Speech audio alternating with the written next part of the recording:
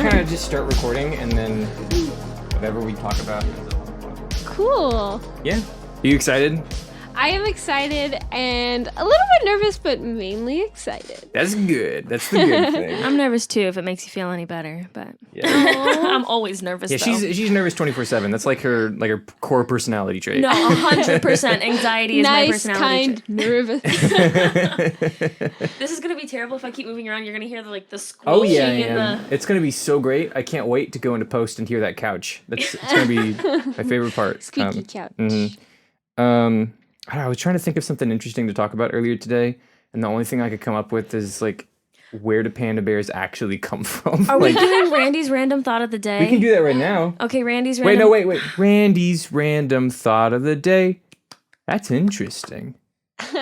Okay, so you know how they say like you can't go like 3 days without water or something, or you'll die, or is it like 3 weeks, something like that? I think it's days, because 3 weeks without water is a very long Okay, time. but here's my question never that I was pee. thinking. Okay, but here's my question. It says water, but like, what if you just drink soda 24/7? Like, you'll still live, won't you? You just won't be healthy. I can attest. I've definitely gone more than 3 or 4 days only consuming sodas. See? It is not an existence. Don't you get so thirsty though? Yeah, it's not an existence that I recommend. Reminds me of that John Mulaney bit where he was talking about college and he's like, I didn't drink water the entire time. I lived off of vodka and pizza. I was like a ninja turtle. Did he say vodka? Yeah, I think he said vodka. Do Ninja Turtles drink vodka? No, I don't think so, but that's In the definitely rated what R he said. version, they do. Do they? They do now. You don't know what they do in the rated R version. You don't want to know. I don't want to know. Do you know? Have you seen? Rated R Ninja Turtles fanfic. That doesn't sound like a good time. Have you seen that video of the turtles having sex? Yeah, everyone's seen that video of the turtles. If I you were have alive in not. 2014. I was alive in 2014 and I have not seen that video. Well, we can change that real No, quick. please, no. How old were you in 2014? 12, 13? 13? Mm-hmm. I was 15. Oh, dude, you're so Oh old. my goodness. Oh no. Old. Old people. You 13-year-olds will never understand turtle sex.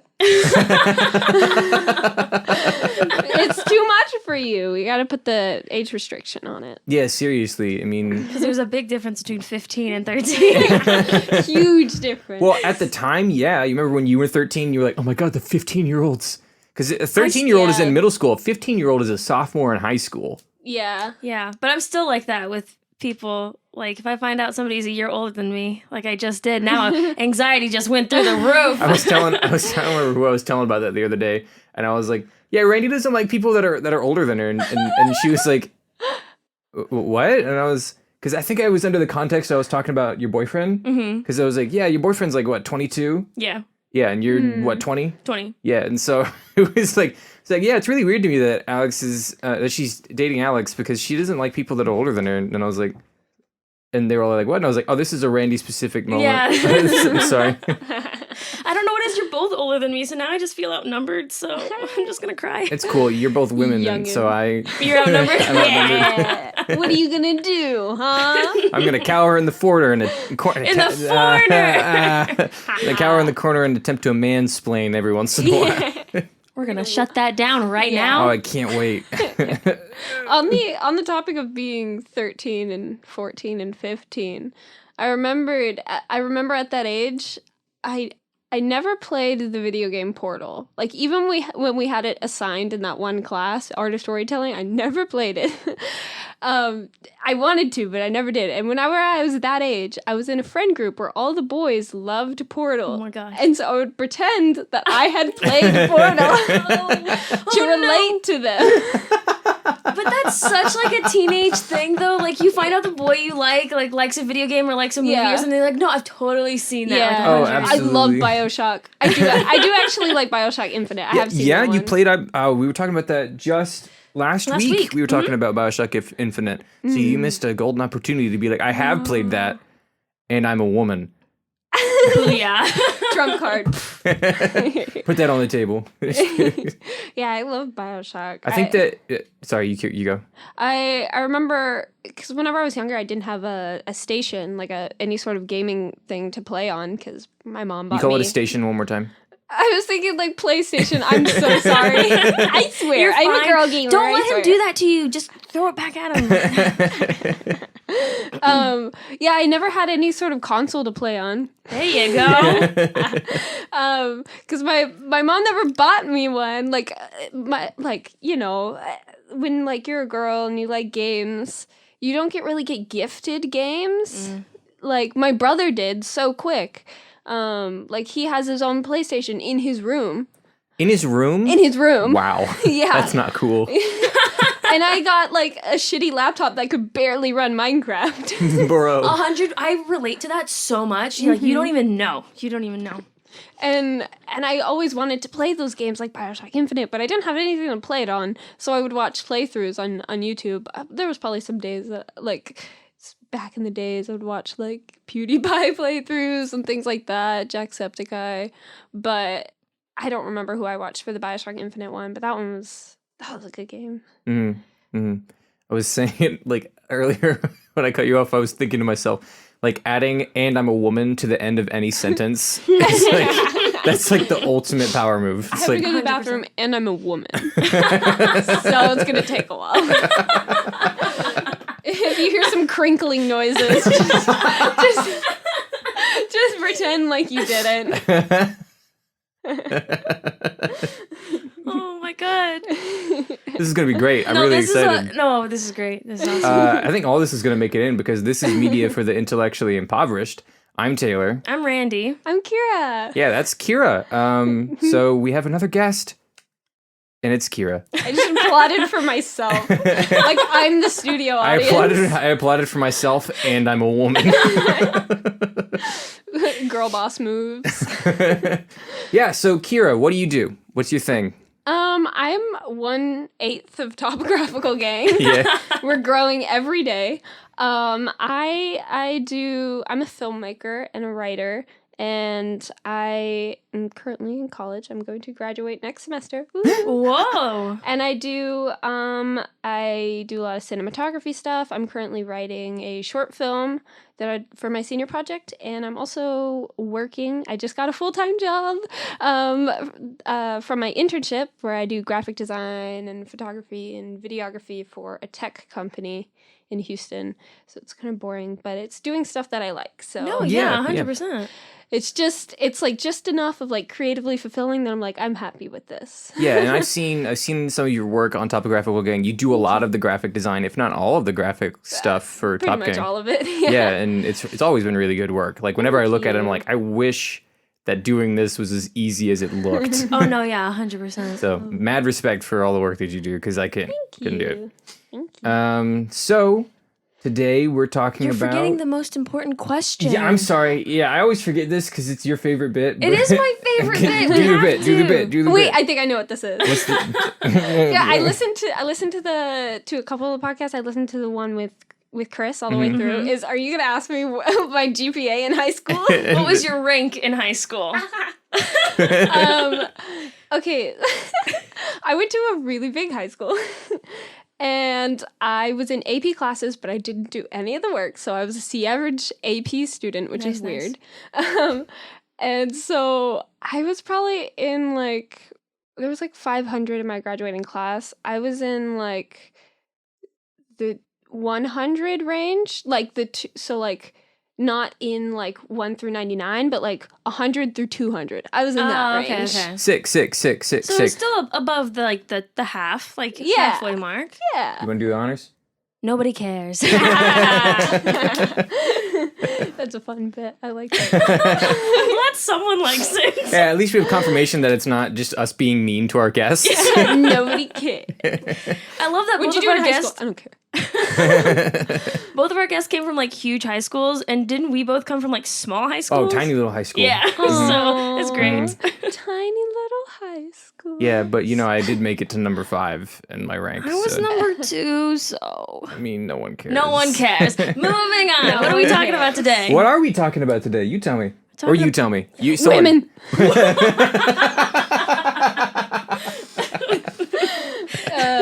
We're talking about women in film and women and film and women film.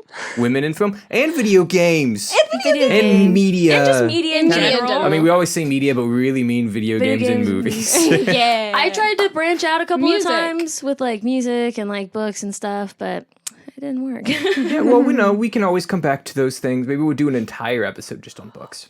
We should. We should. Ooh. Writing that down in the thing when we finish. Don't let me forget, Randy. I'll try.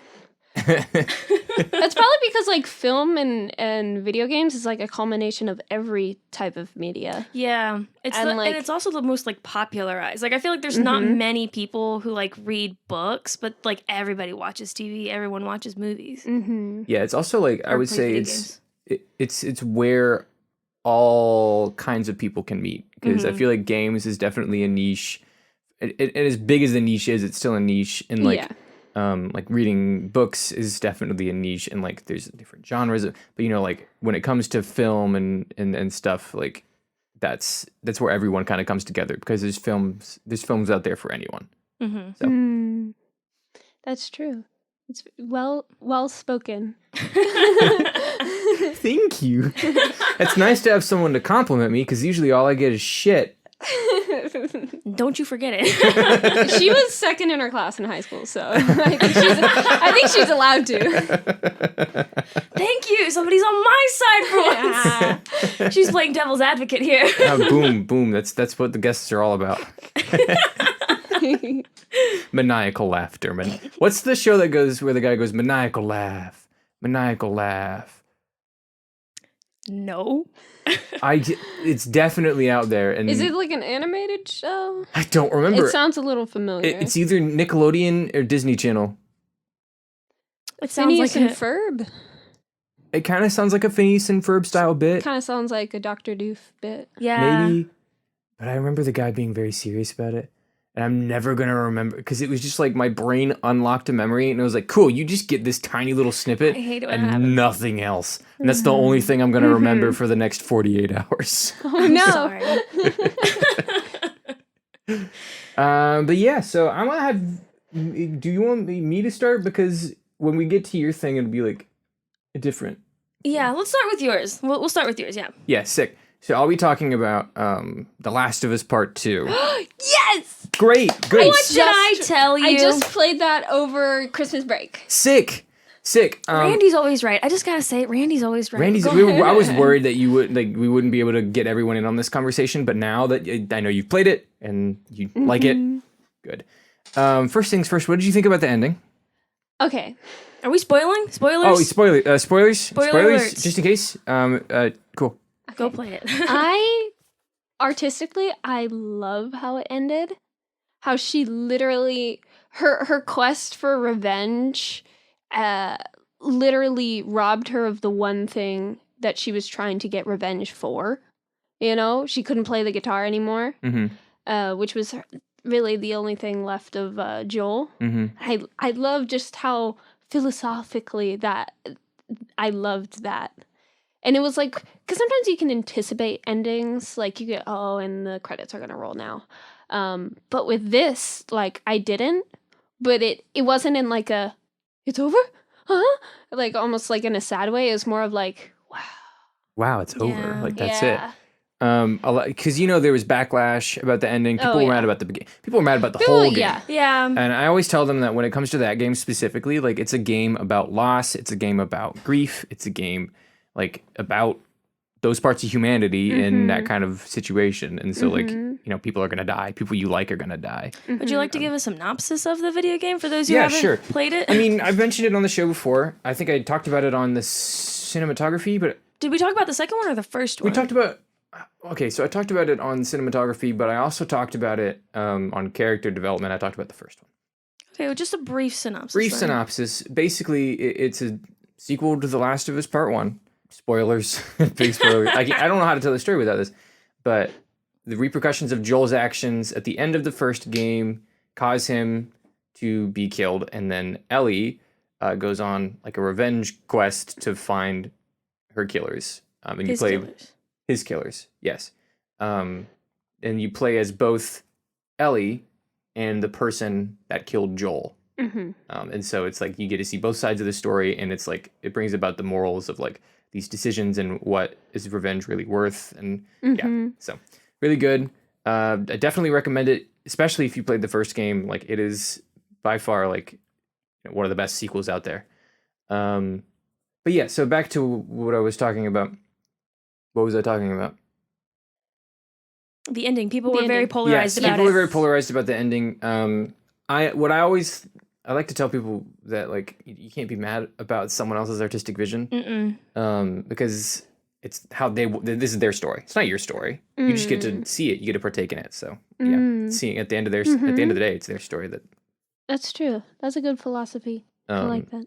And I was reading about it before we started this, and the writers and the directors of it, they had such a difficult time trying to find that line, because you want to please your audience, but also you want to tell the story that you want to tell. And so they were trying to find that line, and ultimately they had to choose. Well, they knew that not everybody was going to like it, but that was the choice that they had to make artistically to tell the story that they wanted to tell. Yeah.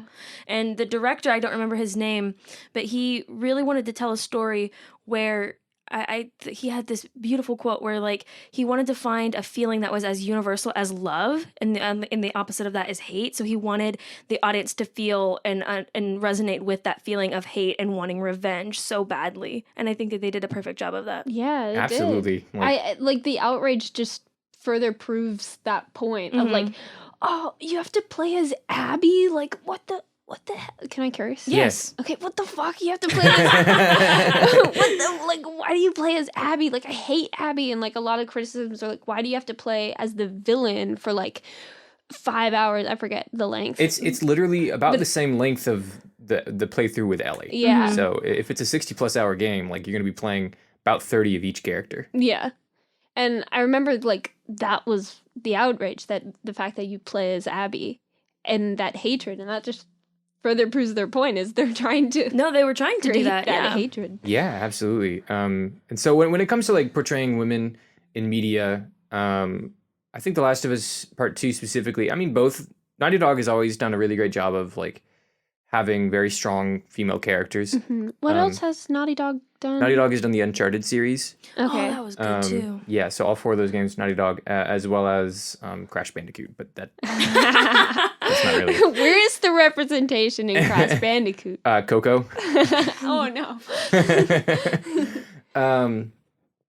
So yeah, they've always done a pretty good job of having really strong female characters, not necessarily leads, but in this game they had 2 very strong female leads. Yes.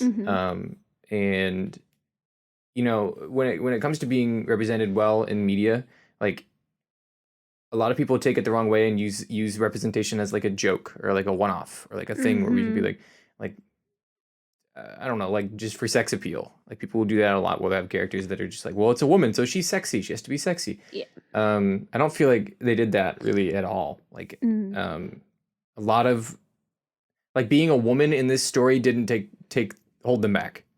Right? So like multiple characters in the story are like pregnant with children. As opposed to pregnant without children. Boom. Wow. I'm pregnant and I'm a woman.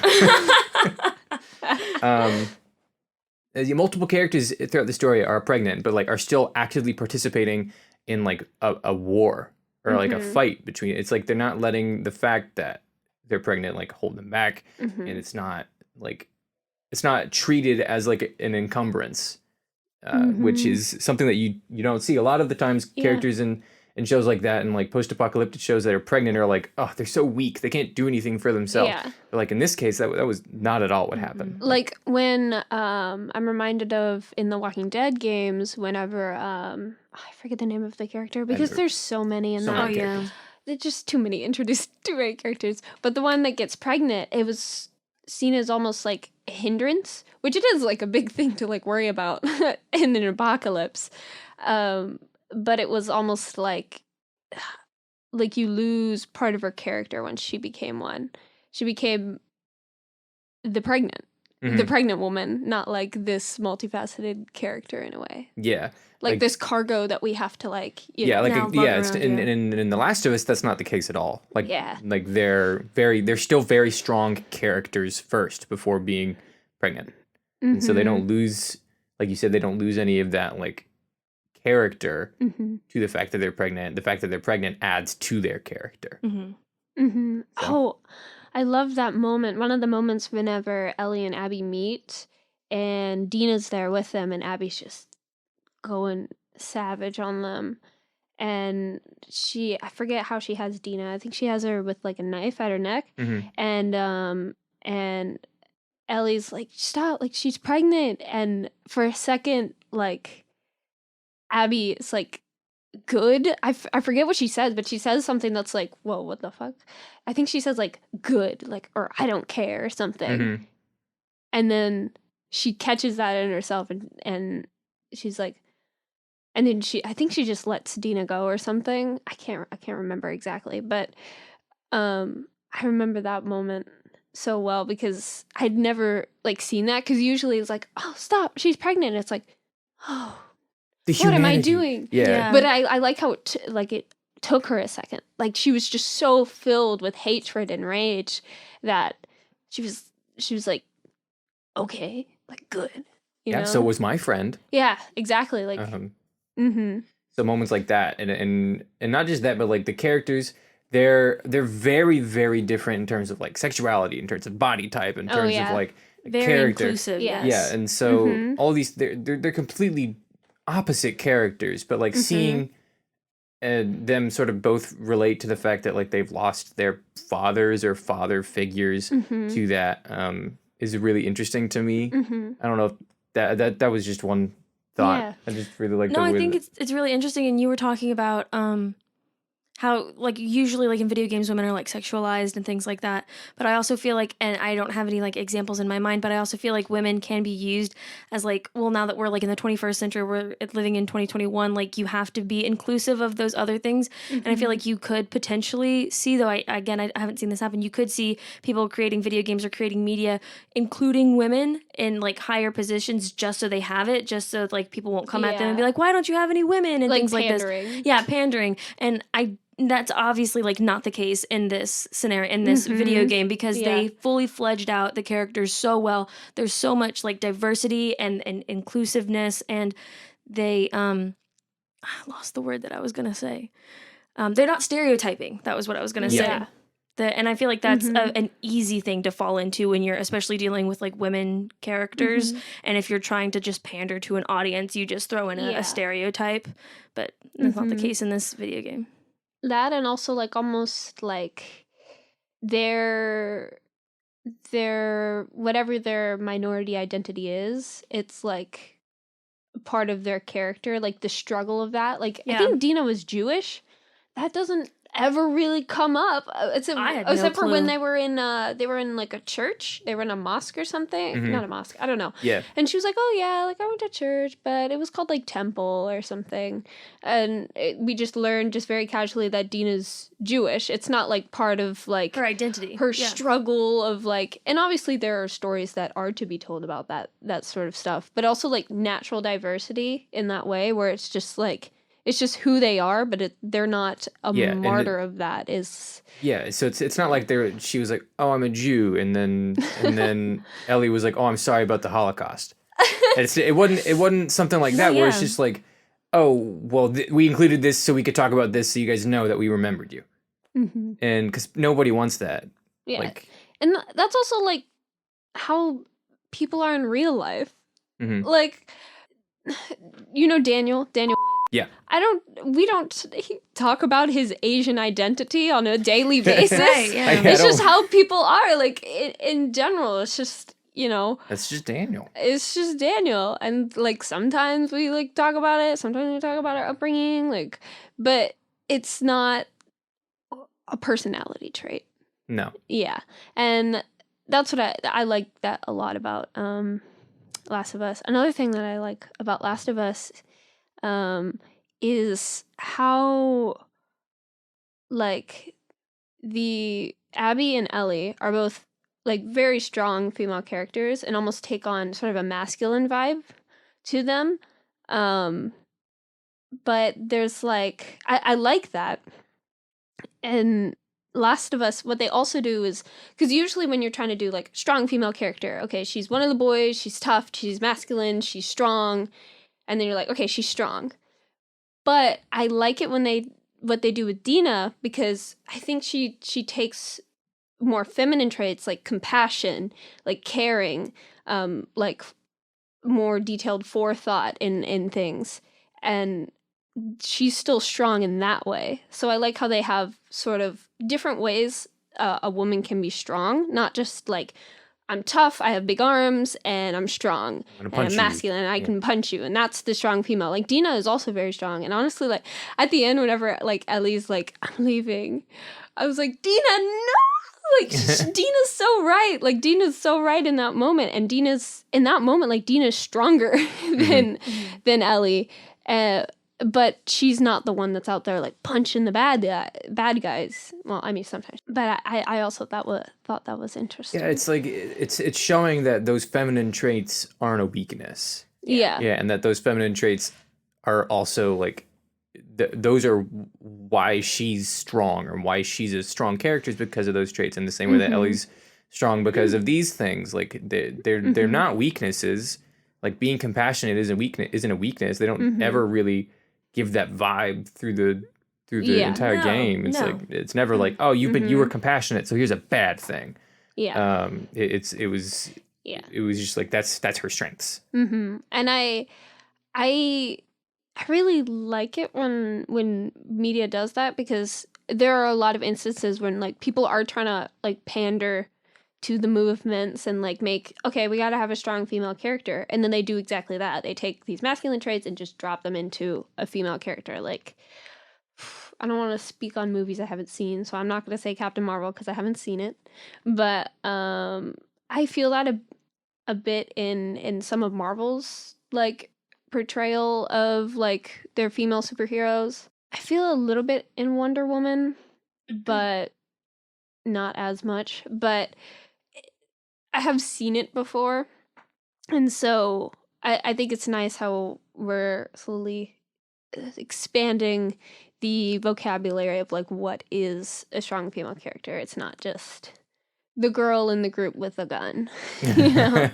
No, but I also think it's worth mentioning, like both of those, the leads, the strong female leads, they do have masculine like tendencies and masculine qualities in them, but you also see those softer sides of them because they're both in relationships. You both see them with their families and having that compassionate side and having that loving and caring side. So it's not oh, they're strong and they're just going to beat up people. You also get to see that other side of them, as well as other female characters who are more so compassionate and less masculine in a sense. I also like how you were saying like the over-sexualization of like the one female character. I love how practical like Abby and Ellie are and like look. Yes. You know? It's not just like, it's not like curvy stuff, and it's not because that's for like sex appeal. It's like, this is what you would look like if you were in a post-apocalypse. And there's with Abby's like, because Abby's ripped.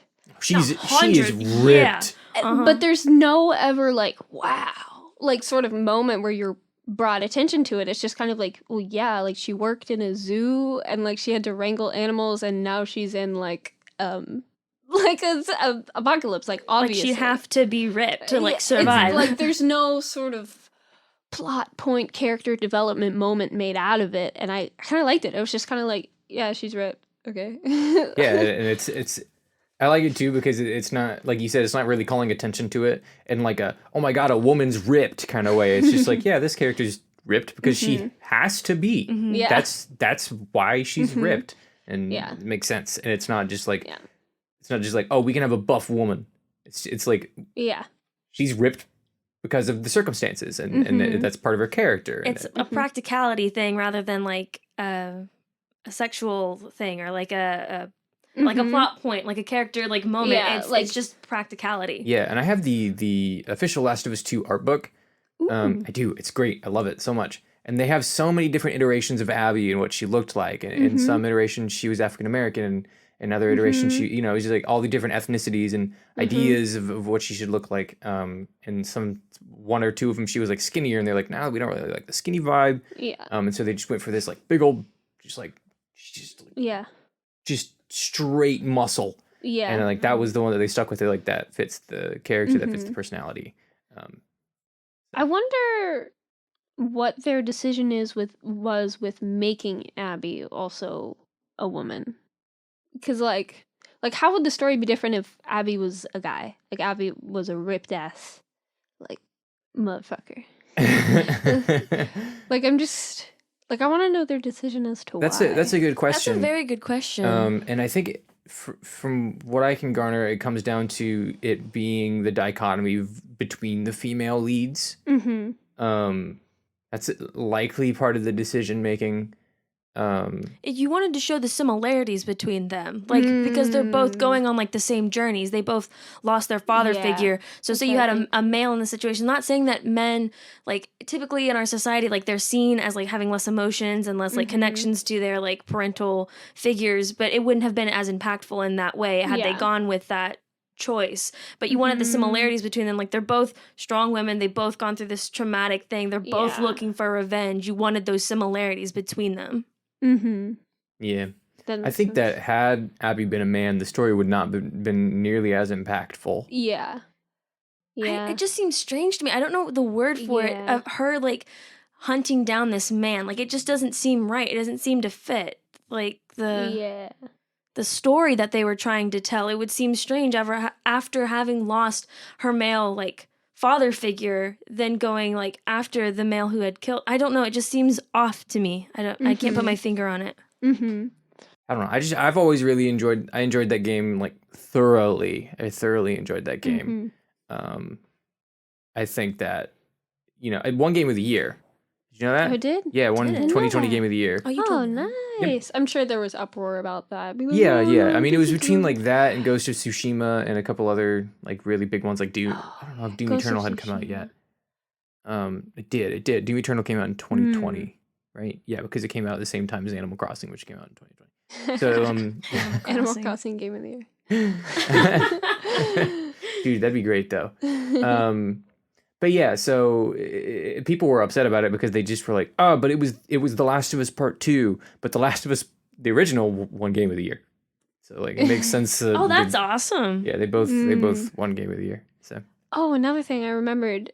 There's a certain way, like growing up, I would watch a lot of YouTubers or streamers play video games, and also I would watch my cousins play video games, and all of them are guys, and so I'd watch like, you know, story-based games where we'd play it through and they would have their little commentary, and like it's something that I'm only noticing now, like how male game players sort of react to female characters in games.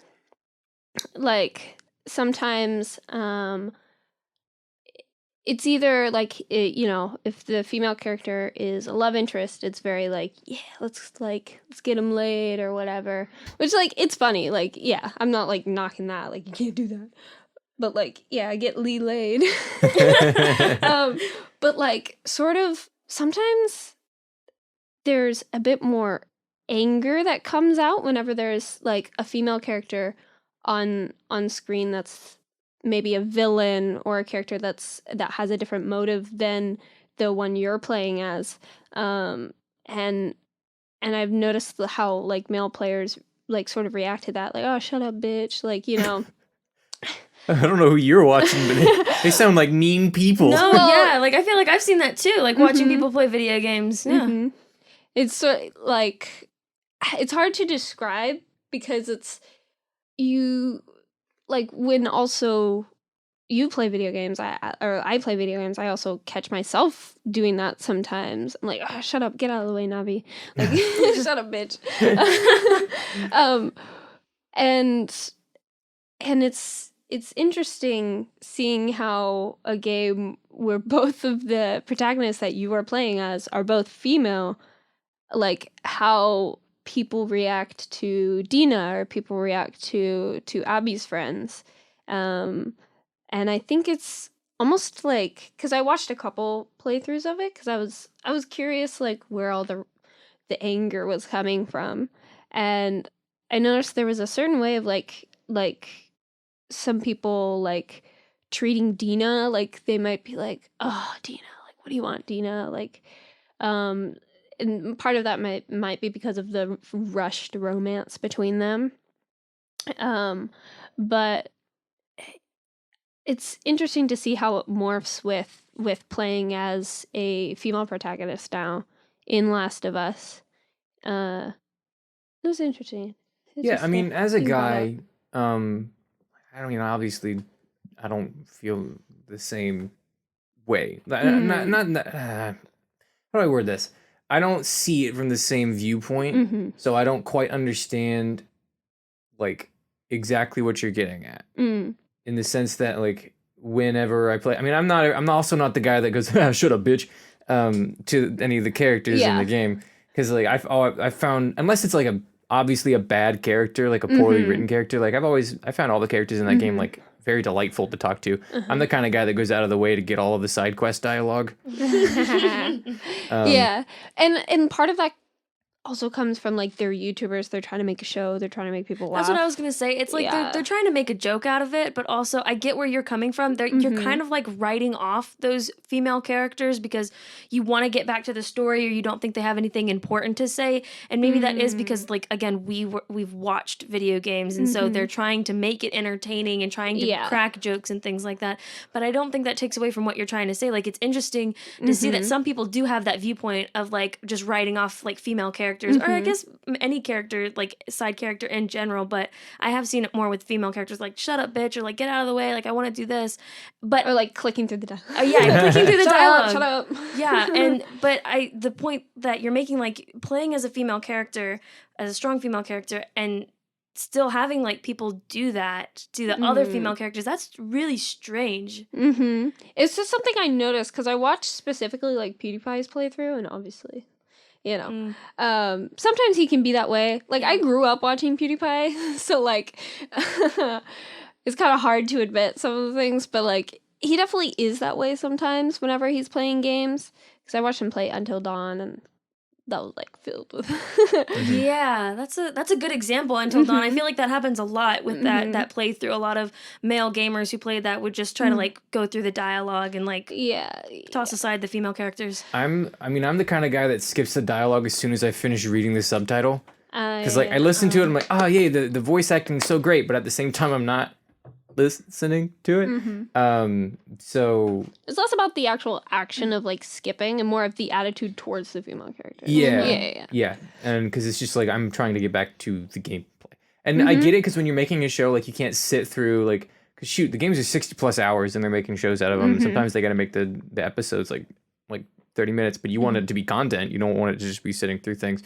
But you're right, sometimes they take a like an offensive standpoint in that idea, or using that in an offensive way. So yeah, if you do that, not cool. And I'm a woman. And I'm a woman, so I'm right. Yeah, that was just something that I noticed a little bit as we were talking about it. It just reminded me. So that's not something I sat on for too long. So don't take I'm not ruminating on that for too long. Yes. Yeah, let's move on to the movie.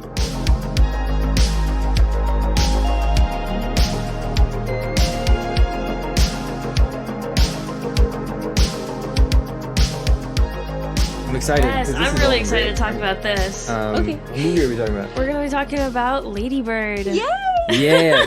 So that was your request. Whenever we have a guest on, we're always like, hey, what do you have, like a watch or play request of some piece of media that represents what you want to talk about, so that we all have common ground. Luckily, both things were common ground, and it wasn't even planned. Yeah.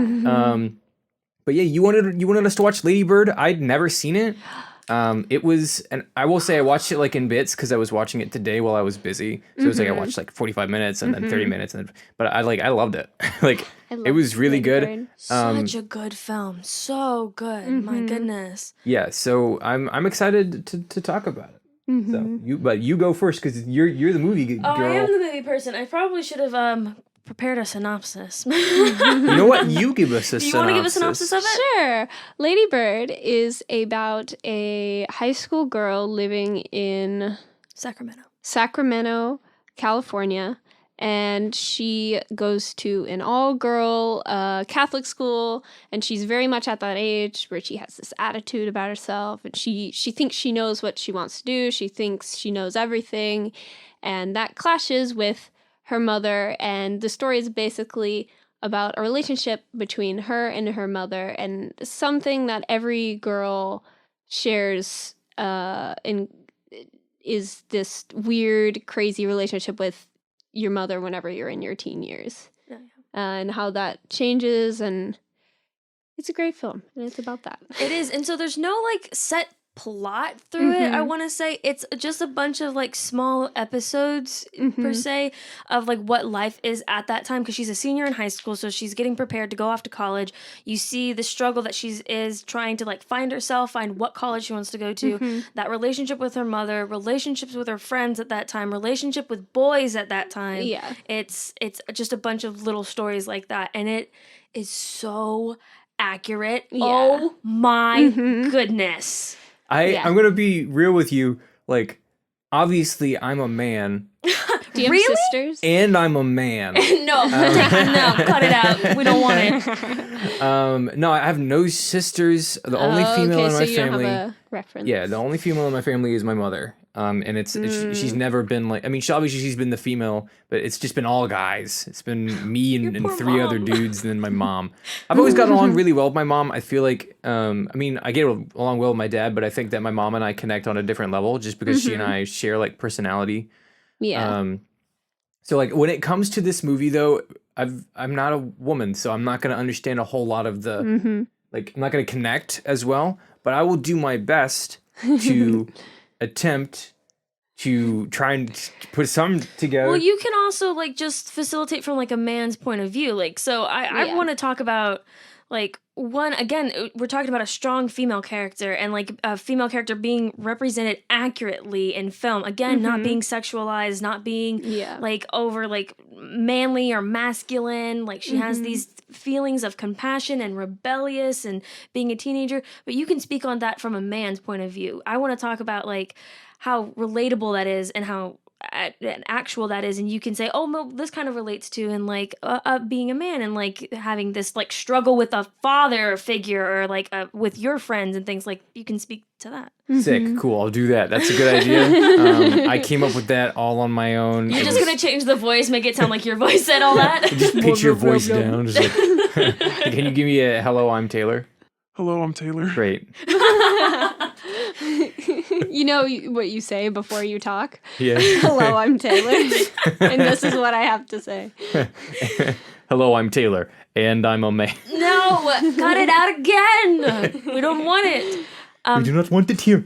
The first thing that I just want to say, and it's not so much as to like the story, I guess it is to the story of it, just how accurate it was. Yeah. Because I went to Catholic school. I don't know about your life and everything, but I went to Catholic school. Having nuns as teachers, going to like church every day. God, it just took me back when they were like in church and they were doing the prayers and like the Pledge of Allegiance and all the signs that were like, don't forget about God, don't forget to pledge. And why is this my child? Wait. You actually had you went to Catholic middle school, right? Or just middle school? Middle school, and then a charter high school. Cool. You actually had nuns as teachers? Yeah. Teacher nuns. Dude, I mean, obviously I know that that's a thing, but it's just like, to me, it's such like a cultural, like I don't know, paradigm shift, I guess, because I mean, where I grew up was very Baptist, Baptist and Catholics, and there was like I mean, obviously I didn't go to any special school. I just went to like a public school. So like I've whenever I see nuns as teachers, I'm always like, that's a weird world. That's the world that I live in. No, No, I think it was really accurate, not only in just the fact of like going to a Catholic school, but also just in the relationships. Like she has two completely different relationships, both which I have experienced. I don't know if this was her first relationship with the, I forget what his name was. The Catholic boy, the one with a lot of siblings. Danny. Or Daniel, something like that. It's Danny. Yeah, and spoiler alerts. Please watch the movie. It's absolutely great, but spoiler alerts, he turns out to be gay. That was what? I saw it coming. Are you kidding me? No. A theater man? I'm sorry. No. Maybe that's stereotyping. No, I'm like really sorry. I was about to say, like, yeah. Like, I love how that scene is shot as well, like how she figures it out. It's the camera is just moving with her, and she's like, "Okay, I'm going to the bathroom." The camera is like not locked, handheld behind her, just following her into the bathroom. She opens the stall. It's Danny and another boy kissing, and that's all we see from it. We just see, oh, and then she leaves. Runs away. yeah, because That's all we see from it. I loved that because that's what she felt in that moment. It was, oh my gosh.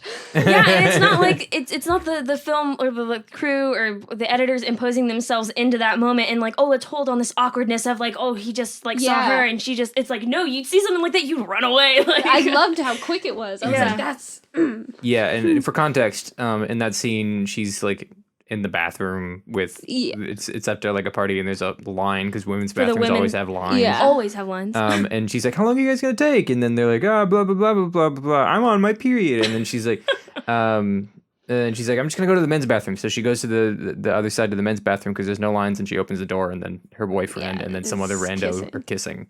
Anyways, that's my mansplanation. No, that was this might be, it's not too much information, but my first boyfriend in middle school at Catholic school is now gay. Sick. I have a good friend who we have this inside joke because every girl that he has dated for a while turned out to be gay. And so like we keep joking that he's so bad at dating people that he's turned every girl he's ever dated gay. Oh no. Poor guy. I love you. If you're listening to this, I love you. just out him, say his name. No, I'm not about to say his name because Embarrass him. yeah, he'd be so mad. Yeah, Lady Bird is one of my favorites, if not my favorite movie. It's because the way it captures how like that mother and daughter relationship is so accurate and true, and it calls you out a little bit. Oh yeah, no, in a way 100%. that's like, it's like, oh no, man. The entire time I was sitting there, I was like, this is my life. I need to talk to my mom. I need to talk to my mom. Like, I need to apologize for everything that I've ever said, that I've ever done. But also, she has this strength about her. Like, because I've been in that situation. I mean, I feel like all women who like have mothers that have, like, everybody has a mother. Anyways, like you have this moment where like I love this scene where she's getting like dressed for prom and she's like I just want you to like me, and her mom's like, oh yeah, of course I love you, and she's like, but do you like me? Like that's such a powerful statement. Like I know that you have to inherently love me, but do you like the person that I am? Are you okay with the decisions that I am making? Because you see throughout the movie like she doesn't seem okay, and she's so passive aggressive. Mothers have this like just innate ability to just passive aggressiveness and just get under your skin. Yeah. And her response to that, I just want you to be the best version of yourself that you can be. And then like, she just goes back into the dressing room. But what if this is the best me? What if and her is mom doesn't answer, and I'm like, that is so realistic. That just hurts you. And it's one of those movies that every time I watch it, I'm like, I need to watch this with my mom. And then, like, a couple hours later, I'm like, I should not watch this with my mom. No! But also, like, I'm not ready yet. I'm not ready. She says, like, I love the honesty in it, because, at least in my experience, when I have those feelings of, like, my mother being passive-aggressive, I love my mother, don't get me wrong, I absolutely love my mother. And it's the same way in this film, like, you have these instances where you really dislike, or might even use the word hate your parents or hate your mother, but you always have that underlying love for them. And like you constantly see this back and forth of her, and like this relationship back and forth of, they love each other, but that they don't get along sometimes and they disagree. But I love how honest she is about those things, because for me, when those things would happen, I would just bite my tongue and I'd be like, okay, this is how it has to be. I'll live this way. But she always called it out when her mother was doing something. She's like, you're being passive aggressive again. Why are you saying this? I'm just trying to do my best. And like, she always calls it out. And I think that's such an important thing that like we as like women like and daughters need to be able to do. You need to have that honest conversation with your parents sometimes of like, look, I am my own person, and like you might not like the decisions that I'm making, but I need you to be behind me in these decisions, like, because this is who I am. Yeah, that was something that I struggled with for a while, and then I think and I think that doesn't just apply to women. Like that is definitely something that applies to just everyone, because like you at the end of the day, you want your parents' approval. Like that's not something that like you ever really don't want to see. And speaking like none of us are parents. No, so none of us are. Like, So we're very much from the child's perspective. But like even if it's something that like they don't like or they don't approve of or they don't understand, like you just want them to, like you said, just be behind you. And it's really, really important. And I know that was something that I felt like I struggled with, because I love my dad to death and he and I have gotten along so much better. But there was definitely a time when in high school, like he and I we just butt heads. It was like a daily thing. We just butt heads all the time. And it was mainly because of the things that I wanted to do. And I felt like there were times when he said he supported me, but like it was weird because to me, and he's still gonna listen to this, and like I love you, Dad. I do. We all have to preface, but this is like an honest conversation that people need to be able to have. Yeah. And maybe the next time I see you, you can call me. We can talk about it or whatever. But like it's just there were times in high school when I felt like my dad would tell other people how proud he was of this one thing, and then at home tell me he wished that I wasn't doing that thing. And so it was really difficult for me to feel accomplished or feel like he felt or like he was proud of me in those situations, because he told me, he's like, and where it came from was, hey, you need to be, it came from this place of love, because he was like, I need you to get a job so you can support yourself in college. And I was like, I don't want to get a job. I'm in high school. I want to do this, that, and this. And I chose the things I wanted to do over getting a job. And like, as I grew up, I was like, oh, I wish I got a job. Yeah. Because I'm broke now. Like I'm almost always broke. But at the time I was like, I know best. Like I want to do my things. I want to have my fun. But it was very difficult for me to feel proud of myself in certain moments, because I felt like he wasn't proud of me. Yeah. And so, I mean, yeah, that's just like an everybody thing. And I think it's a little different from the fact, because like women come from like a place of like compassion, and men come from this place of like needing needing the approval, and because needing approval from your father and wanting approval from your mother are kind of the same but different, because there are two different kinds of approval. Yes. Yeah. Because my dad, when it comes to like getting approval from fathers, it always feels like I need to succeed in something. I need to do something and be seen that I've done this thing. But when it comes to approval from others, it comes to this place in the heart where it's like, I want my mom to see me. Yes. And see who I am. I think that's the best way to describe it. And as a daughter, I think it's the exact same. It's from, at least in my perspective, again, it's like from your dad, you want like to accomplish something. You want him to see you succeed in something and be proud of you in that aspect, that like you can carry it yourself. You can do something on your own. But with your mother, it's like, I want you to see me. I want you to see who I am, and I want you to be proud in the person that I am. Like that was beautifully said. Yeah, let's talk more about the movie. We got deep. Also, I thought it was interesting. I know the movie is supposed to be about Lady Bird. It's centered around her, and it talks about like her friends and her boyfriends as well. But also, I feel like it heavily focused on the mom. And if you read two different synopses about it, if you read the synopsis on Netflix, it says it talks about it from Lady Bird's perspective. It's like a daughter who's going off to college and like her friends and everything. If you read the synopsis on Google, it's from the mother's perspective. It says a nurse is trying to keep the family together with her daughter going off to college and her husband just losing his job. And so that begged the question in my mind, like, what is the movie? Like, who does the movie focus on? Yeah, let's preface Lady Bird is the daughter. Her real name is Christine. But she calls herself Lady Bird. Because she doesn't like the fact that you have to go by an arbitrary name that your parents gave you. I think she doesn't like it. And they never say this, but in my head canon, it's because her mom named her. Yeah. She's just being like, I don't want to be my mom's name. So she goes by Lady Bird for most of the movie. So when we talk about Lady Bird, that's who we're talking about. And I think you have to, I mean, there's the whole, like, the movie's called Lady Bird, so it has to be, like, about her, and you do see more of her life, but also it focuses so heavily on the mother. Yeah. And, like, what she's going through, because there's that really pivotal scene towards the end where Lady Bird is going off to college, and she gets on the plane, and her mom... That scene broke my heart in tears. Yeah. I was in tears.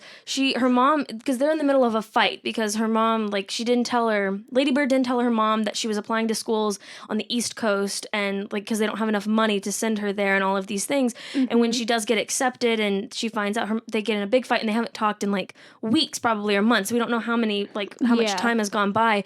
But when she gets on the plane, her mom's just like, okay, bye. And, like, doesn't even walk with her into the airport or anything. Yeah. Her mom drives away. And as she's driving away, like, you see, I love how long they hold on her face. Like, just in the car. You see her change from, like, being angry to being like, what am I doing? And then, like, breaking down, crying, like, I can't believe I just sent off my baby girl without saying goodbye. And then she turns back into the parking area to go run in and try to say something to her daughter, and she's gone. And she breaks down in her husband's arms, and her husband's like, she'll come back. Don't worry. She'll come back. And I was in tears. I can't. And so that's it. Like, so I just think it's interesting. And I like the ambiguity kind of in the sense, or maybe not ambiguity, but I like the fact that it's a story that it's a movie that tells both sides of the story. So you can sympathize with the daughter. As daughters, we can sympathize with feeling like that and feeling like our mothers are being suppressive. But then you see it from the mother's side and you're like, she's just trying to do her best. Like, she's trying to do what's best for her daughter. Yeah. There's definitely... the first time I watched it, I was 18. The second time I watched it, I was 21. And so when I first watched it, I was so, like... Obviously, like, I saw the mother's side and I sympathized with that. But I was way more like, oh, yeah, like, poor Lady Bird, you know? I sympathized with Lady Bird so much, and then I watched it again recently, and there were, like, scenes with the mother that I didn't even remember from the first time I watched it. And watching it older, you just feel you feel more for the mother, and it's so reminiscent of my own mom. It's, like, so scary. How did they get it so right? Honestly, are just all moms, like, the same person? Like, when you get a mom and you have a baby, like, there's just a plug that they put in when you have the baby. It's like, okay, this is the mom. This is the mom plug.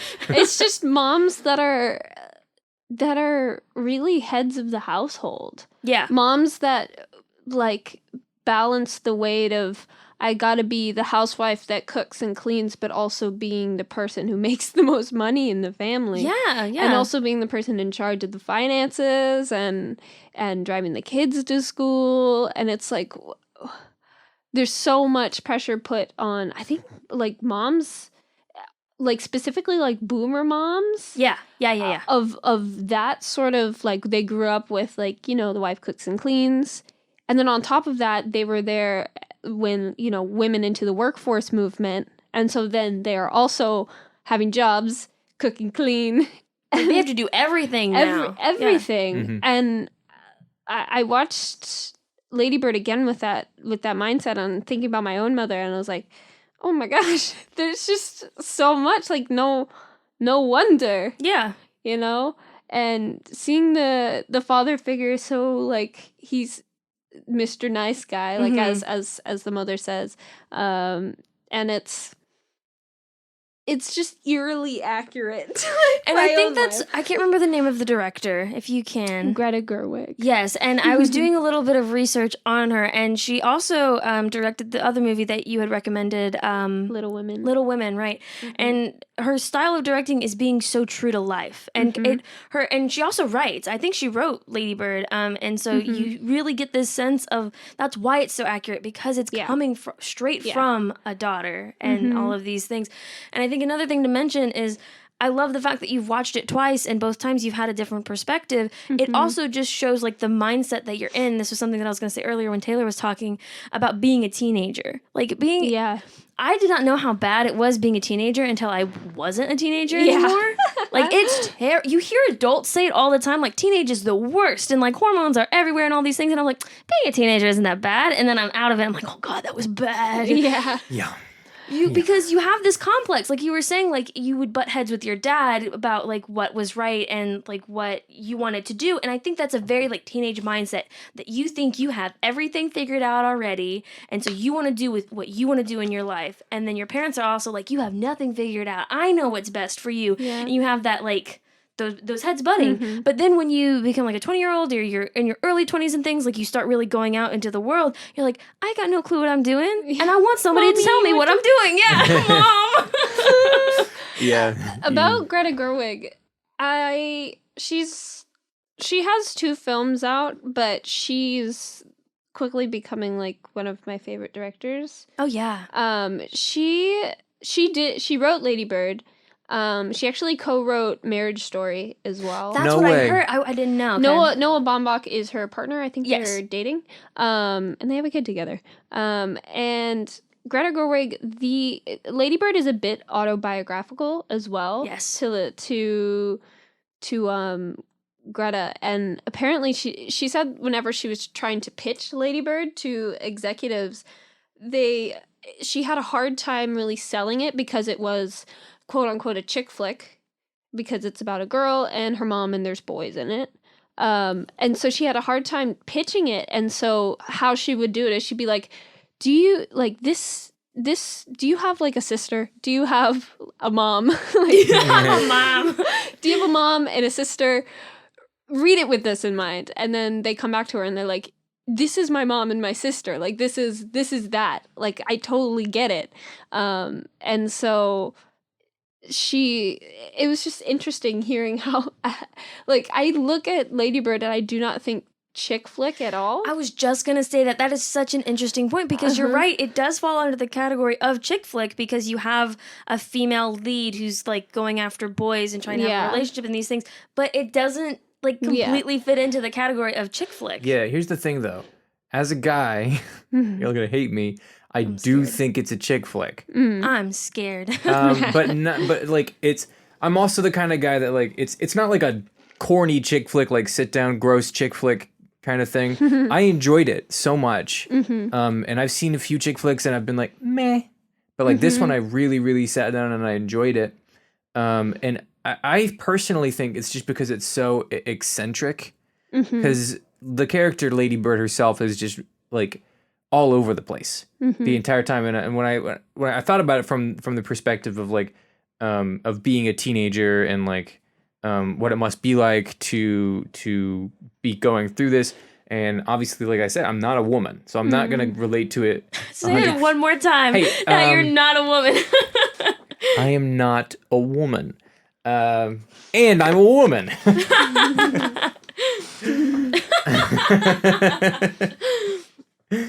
But like trying to relate to it from this perspective of like being a teen and like that sort of the things that she wanted, and understanding more of that rather than trying to understand boys and stuff. It's less about her being a woman and her being a teenage girl and like needing things that teenage girls needs, and more about her being a teenager in general, or being that age and wanting those things that a teenager wants. Yeah, it's less of a... It's her, being a human in a way. Like, because it's a coming of age story starring a girl where it doesn't end with her getting a guy. It's there are guys in it, and depicts it in such an accurate way of like, it's not a coming of age story. You grow up and then you get the guy. There are guys along the way that help you grow. Well, straight girls, but there are partners along the way that help you grow. It's not sort of you come of age and then you get the guy. Yeah, the story is not about finding the guy. The story is about finding herself. Yeah, and I think that's what makes it unique in the chick flick realm, is that it's not about getting the guy, and that's also what Little Women is like too. See, and that's the thing that, like, now that you're saying it, like, it's opening this, like, door in my mind that, like, a lot of movies that do have, like, that are chick flicks and have, like, the female protagonist, like, it's about them, like, getting somebody. It's about them dating. And so this movie shows the other aspects of what it means to be a woman and, like, to be a teen girl. Like, it's not all about, like, boys. Yeah. A big majority of it is. Like, it's pretty accurate. Like, a big majority was about the boys. Like, she joined theater just to be with Danny. A boy, yeah. Mm-hmm. You know? And then, so it's accurate in that way. And, shoot, what was I gonna say? Darn, thoughts always be leaving. Yeah, whenever I do that, and like I think of something, and I'm like on my phone watching a video or watching TikToks, I will scroll back to the point where I had the idea, and then it reminds me of what I was thinking of. 100%. I've done that. Like a TikTok will remind me like, oh, you got to do this later today. Like, don't forget to like pick this up at the grocery store, and then I'll just keep scrolling through TikTok. I'm like, I was supposed to do something. What was I supposed to do? I have to go all the way back.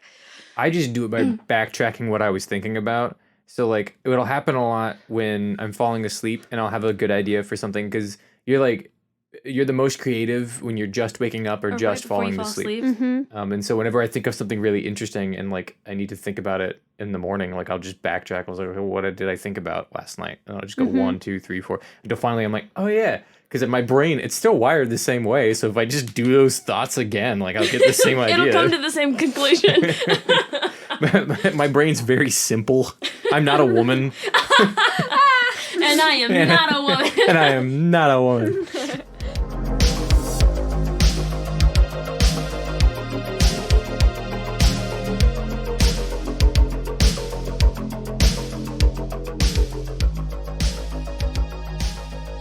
But yeah, so like women in media.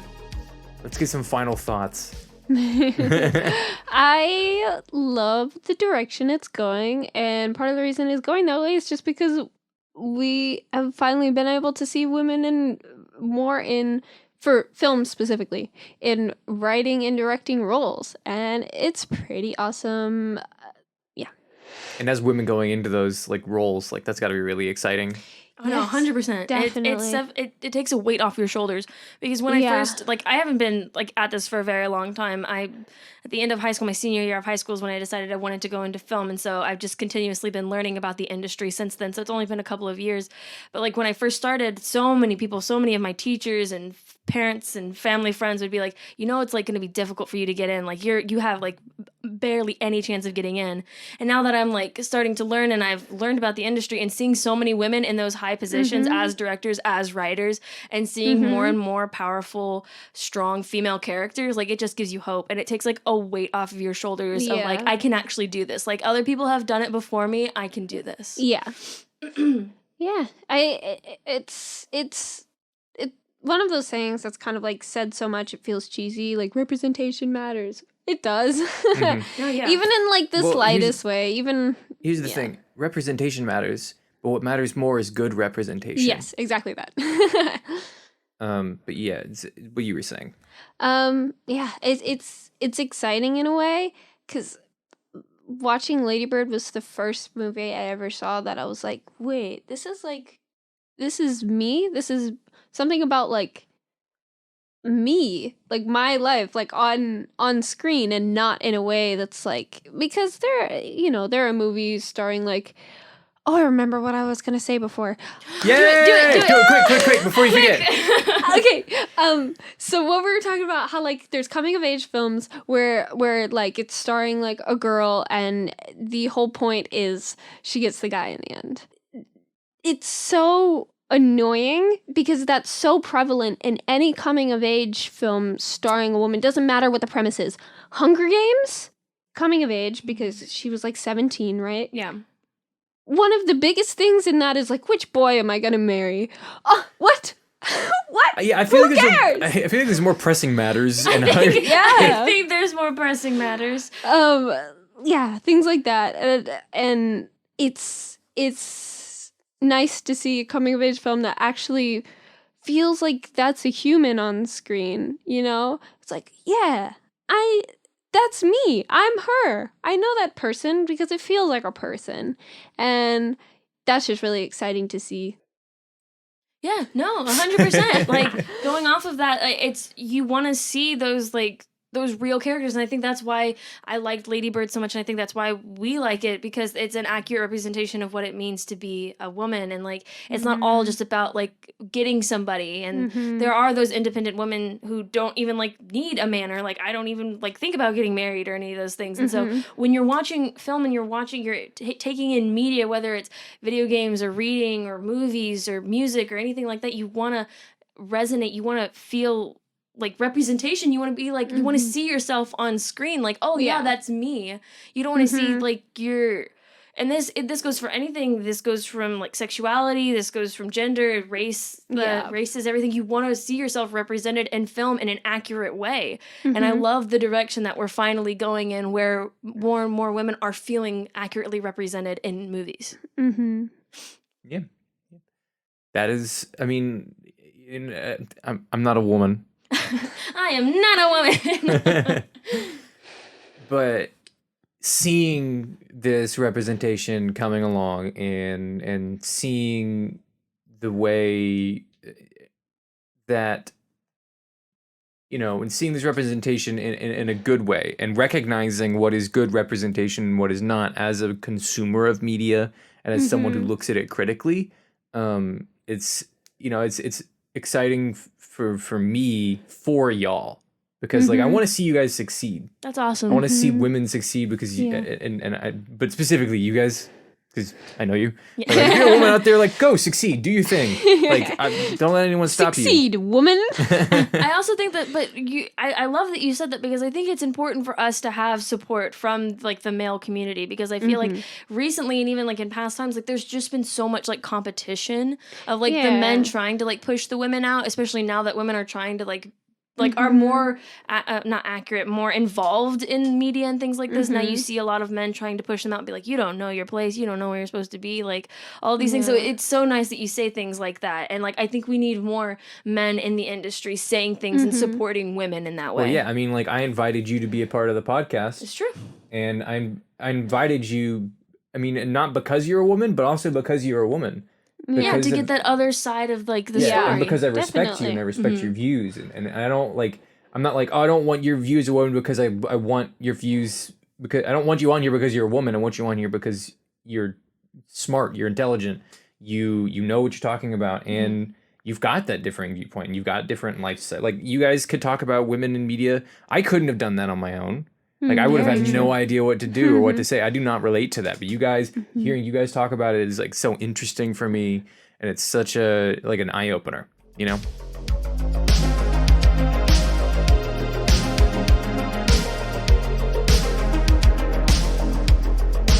But yeah, let's move on to recommendations. So what we typically do, you've listened to the podcast, we give recommendations. Do you have any recommendation of a movie that fits this kind of idea? I would definitely recommend give me a sec. Little Women and Lady Bird, obviously. And more specifically, there's a scene from Gone Girl. If you just look up Gone Girl, Cool Girl monologue on YouTube, you will find it. That talks.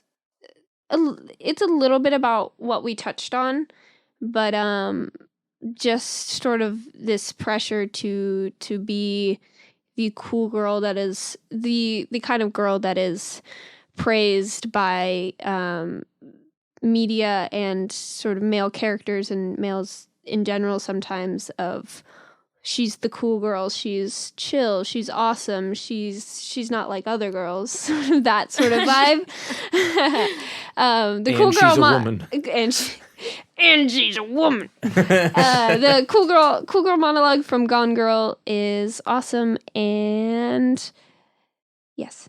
Yeah, so Little Woman, Lady Bird, which we talked about. We always recommend the things we talk about. No, 100%. And then what were they supposed to look up? Gone Girl scene.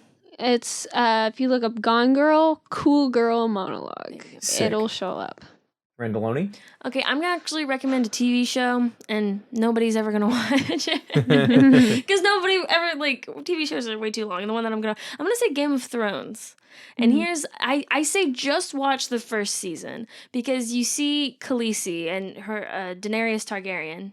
Is it Targaryen? Daenerys, yeah. Daenerys Targaryen. Targaryen. You see her journey from this, and I think it ties into what we were talking about with the Last of Us. We didn't get to so much talk about the first one, but I think that's an important thing to briefly state. In the first Last of Us, you see Ellie she's kind of a side character because you don't she's not a side character, she's a main character, but you don't play as her, and so you don't really know her story as much, if that makes sense. You see her as this innocent little girl who's following along and learning the lay of the land, things like that, and then you see her in part 2, and she is now this grown woman making her own decisions, going after revenge, and all of she's completely changed. There's the complete what is it called? Paradigm shift. Paradigm shift. I'm gonna say Game of Thrones because I call her Khaleesi, but other than Khaleesi, because at the beginning she's very much the same. She's very much this innocent girl. She's living in a man's world. She's doing what men are having told her that she has to do, and she has to get married and all these things. And by the end of the season, she comes into her own, and she is now her own independent woman who's going to be making her own decisions from now on, and she's going to be leading the pack and everything. And I think even her story throughout the entire show, though I won't recommend watching the entire show, you don't have to watch the first season if you really just want to see that character development and see the beginnings of a strong female character. Sick. I'm going to go with Horizon Zero Dawn. That's another character, Aloy. So she's just a very well-rounded character. And, the fact that she's a woman doesn't, like I said, doesn't deter from the story, and they don't use it for any specific means other than the fact that, this is her character. And yeah, I've always really enjoyed that. The game itself is beautiful and amazing, and I've always really enjoyed it. So yeah, that's my recommendation. I mean, I don't know. Oh, I thought of another one really quick. Yes. The show called Dairy Girls on Netflix. I meant to bring that up. Oh my god, thank you for saying that, because that's what Lady Bird reminded me so much of was Dairy Girls. It feels like an ensemble cast version of Lady Bird, except it's set in Northern Ireland, and it's full-blown comedy, and it's hilarious. No, definitely. Also check sex it out. education, just in general. Oh, great. Yeah. Well, where can people find you? Top Gang. I'm on there sometimes. I'm taking a bit of a step back this semester, but I do normally help out in some way with each upload. So yeah. Yeah, do you have any pieces that you've written or directed up on Top Gang that people can check out specifically? Yes. You've Never Seen The Office is one. That was yours? Yeah. Oh god, I was amazing. I wrote and direct that one, and I edited and cinematography did it. You did the whole shebang. You it was need yours. to know that is an inside joke. I guess an inside joke between me and my boyfriend constantly. Really? Oh no, 100%. Anytime that we're because we're always showing each other different media and movies, and if he's because I haven't watched Marvel, and so if he's have you watched the Hulk, and I'm no, I haven't watched the Hulk. He's you've never seen the Hulk, and it's oh, it's great. Anyways, no. Any other pieces up there? Any One of Us is another sketch. It's with aliens and very fun. Falling is a music video parody that we did, and The Dark One for women, which is kind of poignant to what we were talking about. Yeah. Perfect. So yeah, those are your pieces. Check it out. Go subscribe. We love Top Gang. We love your work. Everything that you do is amazing and should be put on a pedestal and given awards. Oh my gosh, no. Yeah, so thanks for joining us on this intellectual journey. We'll catch you guys in the next one. Bye. Bye. They're away now that we can tell secrets about them.